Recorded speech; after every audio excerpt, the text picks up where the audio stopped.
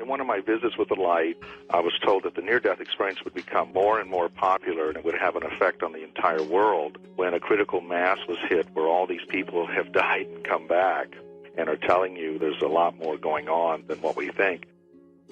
Getting over the fear of death is one of the first phases of self-initiation, because once you get over the fear of death and realize that you have been alive forever already and you will be alive forever no matter what, no one can manipulate you. The old fears don't manipulate you anymore.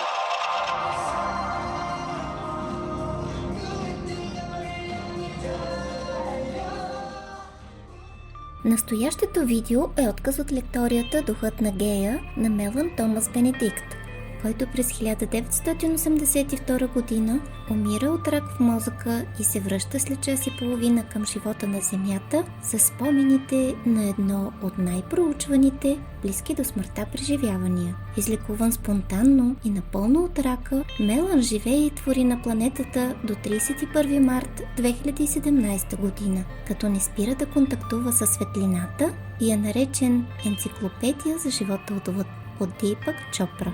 Повече за Мелан като творец и изобретател потърсете в описанието под видеото. What I want to start with today is what I call the spirit of Gaia, and what I call a natural view of spirit and oneness. One thing that I've learned along the way with the messages from the light is that there's nothing metaphysical and there's nothing paranormal.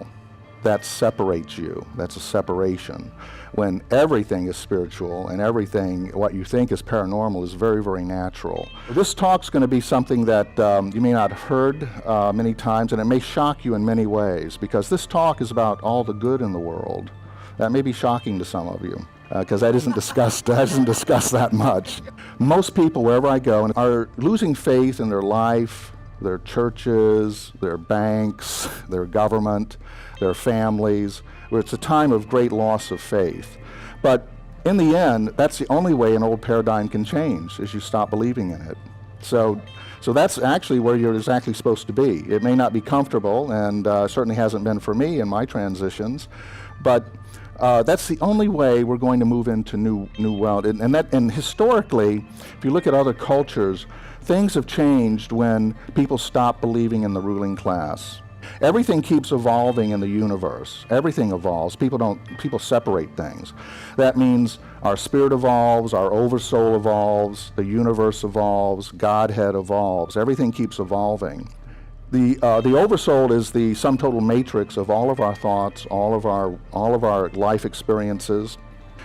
Many people don't understand that when you have a near-death experience, or when you die and you have that life review, what that life review is really about is two things primarily. One of which is you get to review your life and learn from your life. And of course, you don't have to look at things. You're not forced to look at anything. There are many things in my near-death experience that I called dark doors I didn't open. I only opened them later, years later, with my visitations with the light. So you're not forced to do anything, but you will get a review of your life, generally speaking.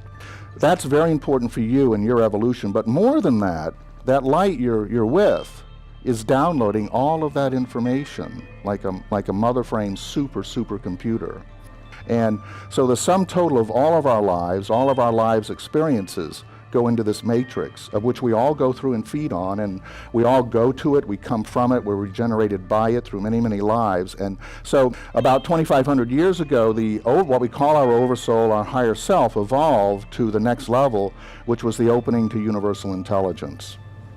When you get into universal intelligence, there is no new and improved. It doesn't rust. It isn't an industrial model where you're going to have 0.2, 0.3, and new iPhones every new gods every month now. And thoughts like do unto others as you would have them do unto you came about 2,500 years ago. The highest thoughts you can imagine came in. Ever since then, it's just been about logos and marketing and fundamentalism. And what I find in the spiritual crowd quite often is they have the industrial model of spirituality. You think there's going to be a new and improved version, a new guru, a new teaching, a new tool.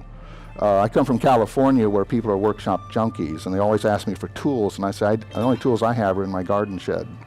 You got enough. How many lessons have we learned that we're not using? One of the things the light taught me is to be really intelligent at any given moment. Just remember everything you already know.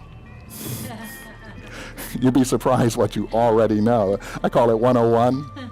And an enlightened being in the new world is not really about how many times you've kissed the face of God or what kind of guru you have or how many times you've read the Bible. It's become something very simple now, and that is, I'll give you one metaphor. A truly enlightened person doesn't need a sign that says don't litter.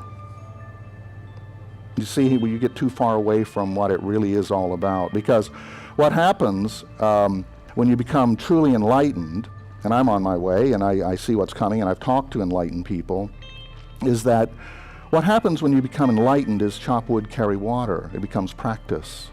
There isn't once you get to universal enlightenment, it's universal forever. It's golden. And thoughts like do unto others as you would have them do unto you, you can't really top, can you? Just that alone, if you just live that one alone.